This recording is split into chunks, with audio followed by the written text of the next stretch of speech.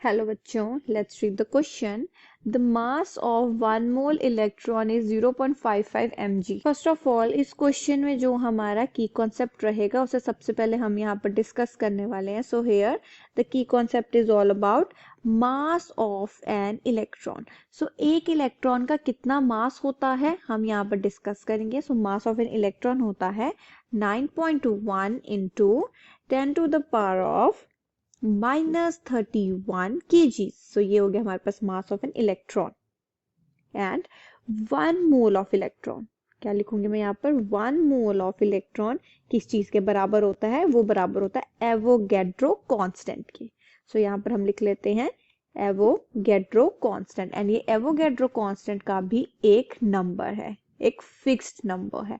And यहाँ पर क्या आ जाएगा, दैट इज 6.022 into 10⁻23 इलेक्ट्रॉन्स।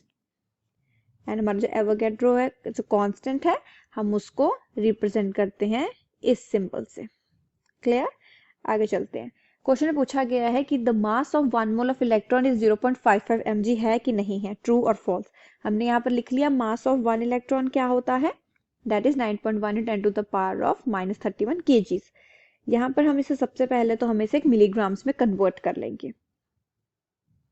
सो जब हमने मिलीग्राम्स में कन्वर्ट कर लिया तो हमें यहाँ पर ये मिल चुका है, दैट इज 9.1 × 10⁻⁻25 मिलीग्राम्स। सो अब हम यहाँ पर कैलकुलेट कर लेते हैं mass of 1 mole of electron. So हम यहाँ पर क्या करेंगे, mass of an electron into Avogadro's constant, that is 6.022 into 10⁻23। So after calculation हम यहाँ पर क्या देख रहे हैं कि हमें यहाँ पर आंसर मिलेगा 54.8 into 10⁻⁻2 milligrams, and it is equals to 0.548 milligrams, जो कि कुछ अप्रॉक्स इक्वल टू आ जाता है 0.55 मिलीग्राम्स। सो यहाँ पर हमने क्या देखा, the mass of 1 mole of electrons is equals to 0.55 milligrams. तो इसका मतलब ये जो हमें क्वेश्चन में स्टेटमेंट दी गई है ये बिल्कुल ट्रू है, ये बिल्कुल सही है। I hope you understood the problem well. All the best.